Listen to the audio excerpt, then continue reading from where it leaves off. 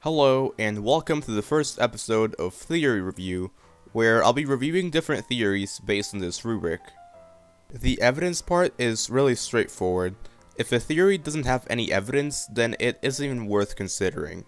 Keep in mind that this refers to the evidence for a claim, not necessarily the evidence against it. Practicality refers to how realistic and serious a theory is. For example, if your theory is that Jackdaw is a time traveler, then you can't disprove that, but there's no way Cish would actually make that canon. Finally, integrity refers to whether a theory can hold up against counter-arguments and evidence on the contrary. I suggest you watch the original video, which is in the description below, but if you can't watch it, or you're too lazy to click on the link, then here's the summary. Before dedication, the protagonist wasn't actually working for Phoenix. After the deposit, Jackdaw found out two things. One, that the location of the lake house was compromised, and two, that the protagonist is a highly skilled operative. He wanted to get the protagonist to join Phoenix, so he put fake intel in the lake house, which seemingly exposed the protagonist as a double agent. He knew that Halcyon would raid the lake house and obtain this information. In other words, the events of the lake house were scripted. He knew that Halcyon would try to take out the protagonist. When Ren was about to kill the protagonist, he rescued them in the last minute. Thus, Jackdaw got the protagonist on his side.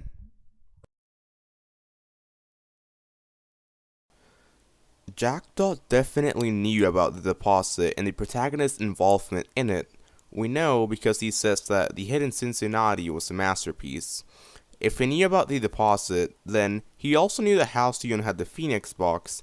He had time to evacuate the intel and operatives from the lake house, but he didn't. There's no way Jackdaw would leave anything important on the lake house unless he intended for Halcyon to find it. Thus, this part of the theory is very likely.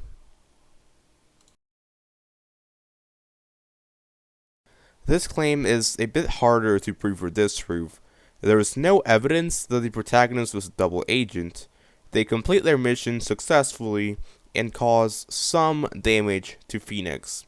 All we know is that they care about payment, but this doesn't prove anything, and we shouldn't jump to conclusions. The strongest case for this claim is the validity of the previous claim. If the protagonist was already working for Phoenix, then it wouldn't make any sense for Jackdaw to script the lake house.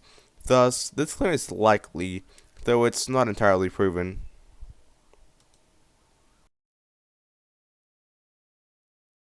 The protagonist is obviously a highly skilled operative. It's impossible to know exactly how difficult the missions are in canon.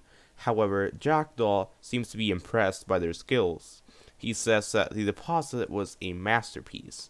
This happened before dedication, which means Jackdaw knew about the protagonist's skills before they joined Phoenix. Thus, it seems likely that Jackdaw wanted the protagonist to join his side. However, it's also important to note that the lake house was full of ruthless Phoenix operatives.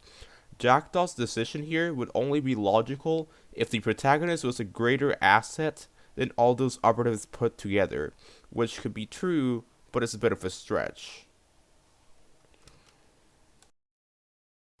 This seems exactly like the sort of story that Cishshato would write.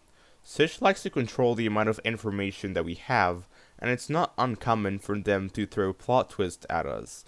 It's clear that there's some sort of detail in the lake house that the community has been missing. We know because Cish said we all have the wrong idea about the lake house. I believe this theory might be the correct interpretation of the lake house. Jackdaw's actions in this theory are consistent with the way his character has been established so far. He is very resourceful and manipulative, so it would make sense if he was the one pulling the strings the whole time. It also makes sense for the protagonist to act this way. I honestly think that the community has largely misinterpreted the protagonist as a character who only cares about money. If that were the case, then I don't see why Cishshato would have included the critical cutscene. Joining Phoenix out of circumstance, as this theory predicts, makes more sense than joining just because Phoenix offered more money. I give this a 10 out of 10 for practicality.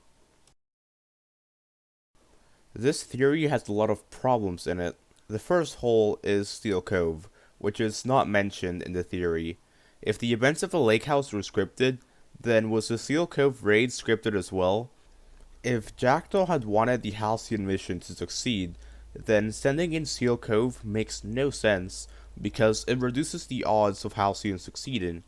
There's also the question of whether Steel Cove is acting on its own or whether it has some sort of alliance with Phoenix, as some have speculated. One would think that Steel Cove, which is related to the government, wouldn't ally itself with a criminal organization, but it's just really odd how the convoy will arrive immediately if Phoenix's alarms are tripped. There's always the possibility that Steel Cove's arrival time was just a coincidence, but it's very unlikely. This theory makes no attempt to answer these questions, which calls into question whether the lake house was really scripted. If the protagonist isn't a double agent, then who is? Is it a major character like Rose, or an unnamed operative we never get to see? Generally, the community has assumed that the protagonist is a double agent due to them joining Phoenix. If they are innocent, then someone else must be giving intel to Phoenix. And yes, there must be a double agent, otherwise there's no way Jackdaw would have showed up at exactly the right time at dedication. I give this a 6 out of 10 for integrity. My final score is a 25 out of 30, which is decently good. I overall agree with the main points, but I don't think that this is a complete theory. There's a lot of ways that it could be expanded on in order to cover the problems I mentioned. If anyone has any other theories they would like me to review, then check out the theory submission form in the description below, and your theory could be featured in the next episode of Theory Review.